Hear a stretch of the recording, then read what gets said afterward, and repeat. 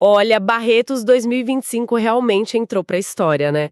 E, assim, se teve um nome que, nossa, ecoou mais forte por lá, foi o da Ana Castela. Sem dúvida. Tava em todas as conversas. E não foi só pelo showzaço, que, aliás, foi incrível, mas por toda aquela movimentação que rolou nos bastidores, sabe? Uma novela sertaneja se desenrolando ali ao vivo.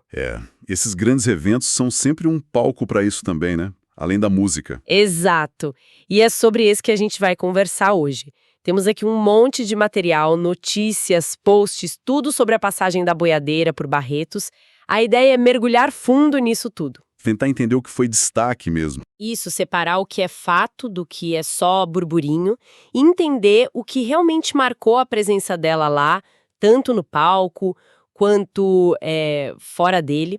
Aliás, rapidinho, para quem curte esse tipo de papo mais a fundo, que vai além da manchete, sabe? Vale super a pena se inscrever aqui no canal. Ajuda bastante a gente. É só um clique e aí garante que essas conversas cheguem sempre rapidinho, ajuda a gente a continuar produzindo conteúdo assim. Com certeza. Então vamos lá. O objetivo aqui é claro, a gente quer decifrar os elementos que fizeram o show da Ana Castela ser tão comentado e, ao mesmo tempo, investigar a fundo esses rumores aí, um possível novo casal agitando o mundo sertanejo. Preparados? Vamos desempacotar essa história? Acho que é fundamental começar pelo peso de Barretos, né? Não é só uma festa qualquer. Definitivamente não. Tipo assim, o templo do rodeio no Brasil. Um palco que realmente define carreiras no sertanejo. E ter a Ana Castela como embaixadora justo nos 70 anos do evento, isso é muito simbólico. É um status e tanto, né? Ser embaixadora. Enorme. Significa ser a cara do evento naquele ano. Uma honra gigante, mas uma responsabilidade também. E grandes eventos assim são palcos não só para música, mas para criar essas narrativas sobre os artistas. Totalmente. E essa responsabilidade toda parece que deu um gás extra pro show dela, né? Na madrugada de domingo, dia 24, eu vi imagens, a arena tava, assim, lotada. Dava pra sentir a energia. A expectativa estava altíssima. Demais. Não só pelo título de embaixadora, mas pelo momento que ela tá vivendo na carreira, né? Tá no auge. E aí, logo de cara, ela me vem com uma surpresa que deixou todo mundo assim de queixo caído. Aquela entrada foi demais. Ela não apareceu no palco principal como todo mundo esperava. A produção montou um palco secundário, menorzinho, bem no meio da galera. Uma ideia ousada. E para chegar lá sem causar aquele tumulto todo e manter a surpresa, disfarce total. Calça preta, moletom preto com capuz cobrindo o rosto, fone de ouvido gigante. Parecia da produção mesmo. Exato. Passou no meio do público como se fosse da equipe técnica. Ela até postou um vídeo depois super divertido mostrando o look e falando tipo, olha como eu vou. Essa escolha do palco secundário e do disfarce, isso é muito mais do que só um truque de cena, sabe? Tem algo mais ali, né? Com certeza. É uma estratégia muito bem calculada para quebrar a expectativa do público e criar uma conexão quase que instantânea. Quebra aquela distância, né, física e simbólica do palco grandão. Faz sentido. Aproxima mesmo. Exato. E no sertanejo de hoje, onde essa coisa da autenticidade, da proximidade com o fã é super valorizada, esse tipo de ação tem um impacto enorme. Mostra uma inteligência da produção, de pensar a experiência do show para além da música em si. Mas aí fica uma questão. Esse tipo de surpresa, por mais legal que seja na primeira vez, não corre o risco de, sei lá, virar um recurso meio batido se outros artistas começarem a usar muito? Ou teve algo diferente na execução da Ana Castela? É uma ótima pergunta. O risco de saturar sempre existe, né? Para qualquer formato. Mas acho que o diferencial aqui foi a combinação de fatores. Tipo o quê? Bom, primeiro o status dela como embaixadora, né? Não era qualquer artista. Segundo, a magnitude do evento, Barretos, 70 anos. E terceiro, a execução da surpresa foi impecável. Não foi só um palco no meio, foi a embaixadora chegando incógnita ali. Verdade. O contexto importa muito. E tem mais uma coisa. A narrativa dela como boiadeira, esse apelido que ela abraçou forte, ligado às raízes dela, né? Talvez isso torne essa proximidade com o povão da arena ainda mais forte, mais significativa. Reforça essa imagem de alguém que veio do meio do público mesmo. Boa sacada. Faz todo sentido essa conexão com a imagem dela. E aí, a partir dessa chegada no palco B, o show decolou, né? Foi só o começo. Ela mandou os hits que a galera tava esperando. Nosso quadro, Pipoco, Solteiro Forçado, o público cantando junto, aquela energia.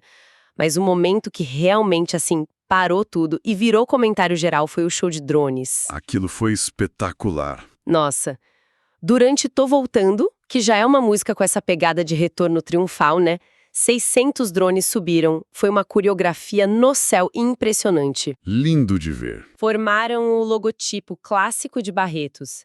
Escreveram Barretão 70, Embaixadora de Barretos e o mais legal. Desenharam o cavalo e o chapéu rosa, que são as marcas visuais dela. Foi emocionante, sabe? Visualmente, um espetáculo. Sim, o chapéu rosa é muito forte na identidade dela. E não parou por aí. Teve o retorno de outro elemento marcante dela. O cavalo gigante inflável. Aquele que ela usou na estreia em Barretos anos atrás, lembra? Lembro sim, um comeback. Ele apareceu ali, imponente, nesse palco secundário, meio que dialogando com os drones lá no céu. E tudo isso com transmissão ao vivo pela TV Globo. O que amplifica tudo, né? Demais! Isso mostra a relevância nacional dela. Não era só um show de rodeio, era um evento de mídia mesmo. E se a gente conectar esses pontos todos, o disfarce, o palco B, os drones, o cavalo, a transmissão, a gente vê claramente a construção de uma narrativa visual muito poderosa. Show para uma escala grandiosa, quase de cinema, que combina com o tamanho de Barretos.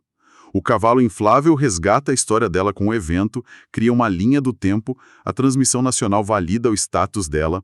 Tudo isso compõe essa imagem de popstar sertaneja. É um termo bom para definir, né? Popstar sertaneja. Sim, porque ela domina os códigos da tradição. A boiadeira, o cavalo, o rodeio, mas ela atualiza tudo isso com uma linguagem pop e tecnológica, com uma produção impecável. É uma estratégia de marca muito, muito bem executada. Essa capacidade de misturar o tradicional com o moderno parece ser um dos grandes trunfos dela hoje em dia, né? Para se destacar. Exatamente. O mercado sertanejo já passou por várias fases, né? Teve o universitário, depois o feminejo bombando, e agora a gente vê essa consolidação de figuras como ela, que conseguem, transitar entre o nicho do sertanejo e o mainstream globalizado. Ela fura a bolha, digamos assim. Isso. A Ana Castela personifica isso muito bem. Ela canta sobre o campo, sobre a vida de boiadeira, mas com uma produção que caberia em qualquer festival internacional. Os drones em Barretos são um exemplo perfeito dessa fusão, que atrai tanto o público mais tradicional do rodeio, quanto uma galera mais nova conectada nas tendências globais de entretenimento. É uma fórmula de sucesso, pelo visto. Mas a gente sabe a força de um evento como o Barretos vai muito além do palco principal, né? Ah, com certeza. Os bastidores fervem. Pois é. Enquanto a Ana Castela estava lá entregando essa performance incrível, os bastidores também estavam gerando muita, mas muita conversa, talvez até mais, né? Especialmente sobre a vida pessoal dela.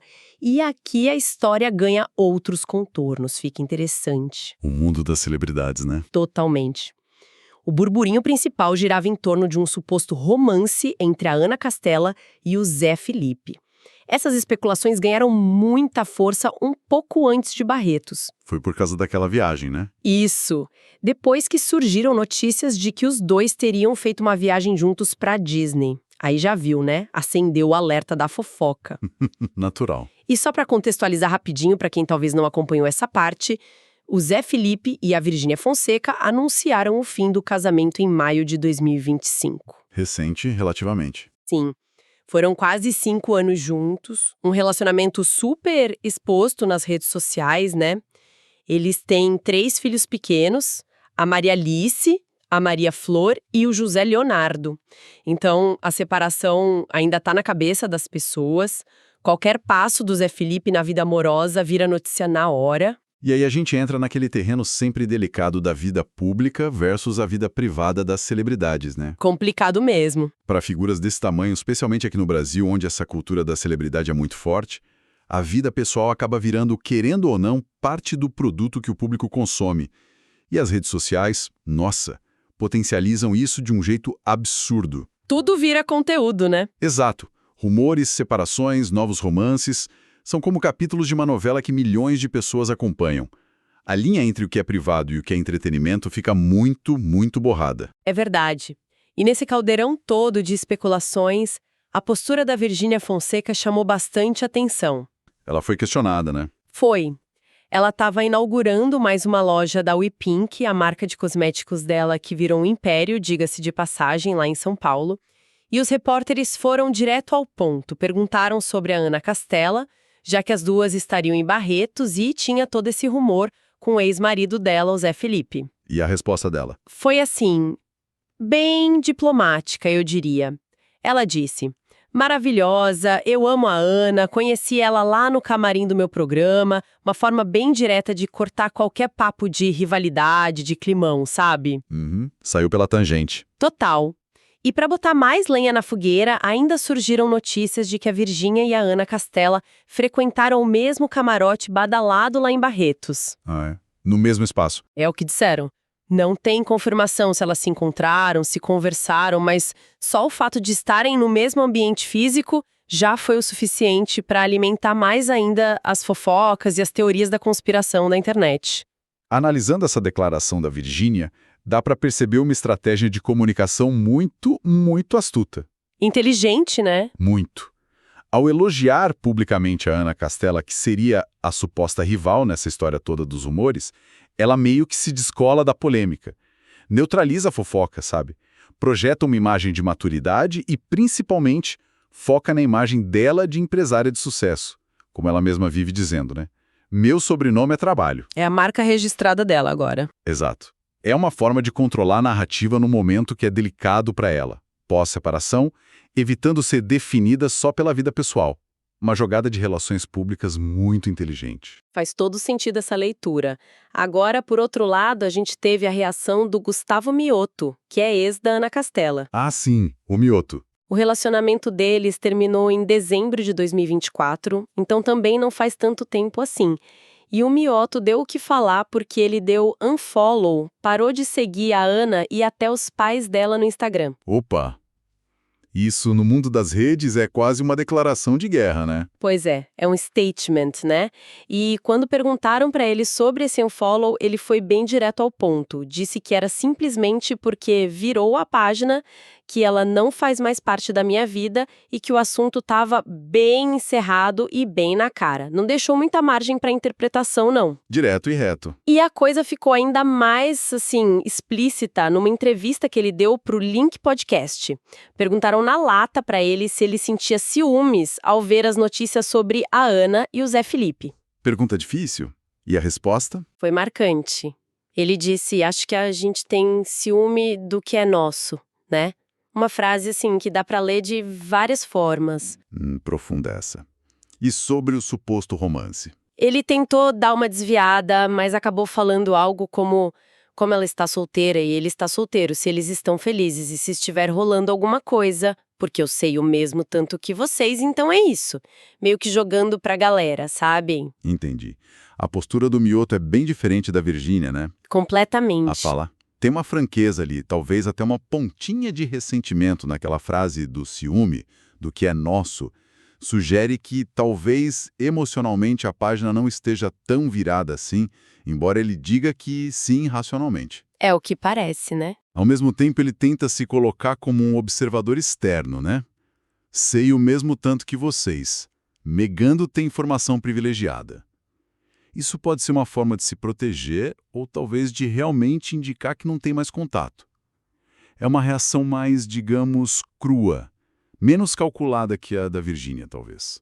Essa frase do ciúme realmente deu muito o que falar. Parece que ele quis marcar uma posição ali, mesmo dizendo que já seguiu em frente. Sim, é uma declaração bem ambígua.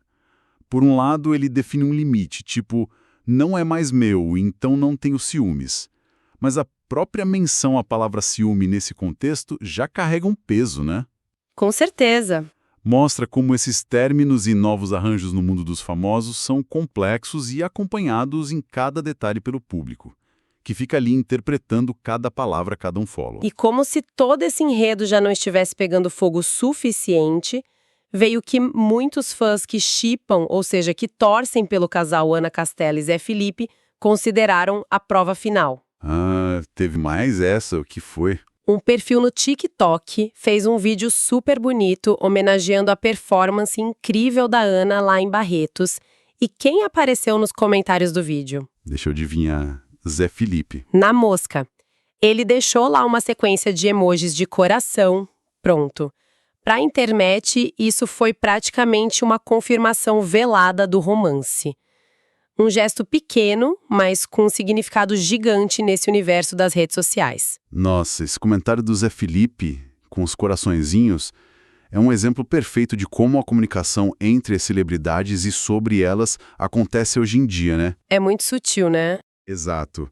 É sutil, é visual, super aberto à interpretação, mas extremamente eficaz para gerar engajamento e alimentar ainda mais as especulações.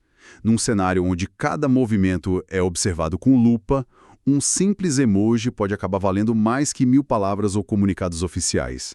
Reforça a ideia de que tem alguma coisa ali, mesmo que ninguém diga abertamente. Pois é. Então, só para a gente amarrar tudo o que a gente viu até aqui, tivemos a Ana Castela brilhando demais em Barretos, não só como artista, mas como um verdadeiro fenômeno cultural, com um show que misturou surpresa, tecnologia de ponta, tradição, consolidando de vez o posto dela de embaixadora. Um marco na carreira dela, sem dúvida. E ao mesmo tempo, em paralelo, toda uma teia de relações e ex-relações se manifestando publicamente, né?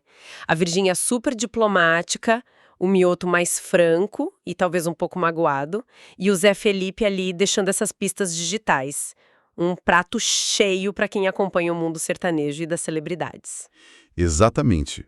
O que essa nossa análise aqui das fontes mostra é justamente como esses dois mundos, o da performance artística do palco e o da vida pessoal que vira espetáculo, se alimentam um do outro o tempo todo. Um impulsiona o outro. Isso.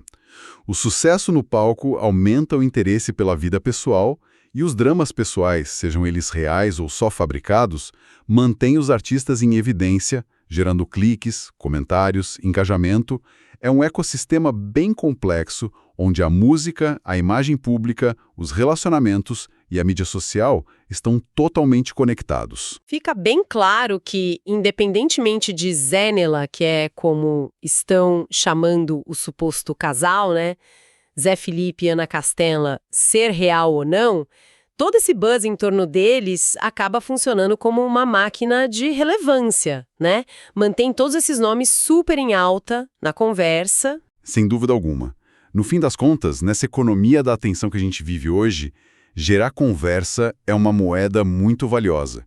Seja pela aclamação por causa do show de drones, seja pela polêmica do unfollow do Mioto, ou pelo emoji de coração do Zé Felipe, a narrativa em torno da Ana Castela, do Zé Felipe, da Virgínia e do Mioto foi super intensificada por Barretos. Todo mundo saiu ganhando de alguma forma em termos de visibilidade. Exato. E isso, do ponto de vista da indústria do entretenimento, é quase sempre positivo para a visibilidade dos artistas envolvidos. Pois é. A gente analisou o show, as reações, as entrelinhas, e agora fica aquela pergunta no ar, né? Para quem nos ouviu até aqui, pensar um pouco e quem sabe deixar a opinião aí nos comentários. A pergunta que não quer calar. Exato. Com um show que realmente marcou época em Barretos, com declarações estratégicas, ou nem tanto, dos ex-parceiros e com o Zé Felipe distribuindo corações virtuais por aí, será que esse casal Zénela é pra valer mesmo?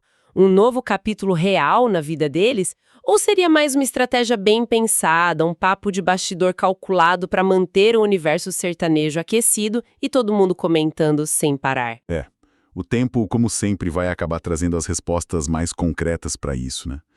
Mas o que essa análise toda permite a gente ver é o quão fascinante e, assim, cheio de camadas é o jogo da fama hoje em dia.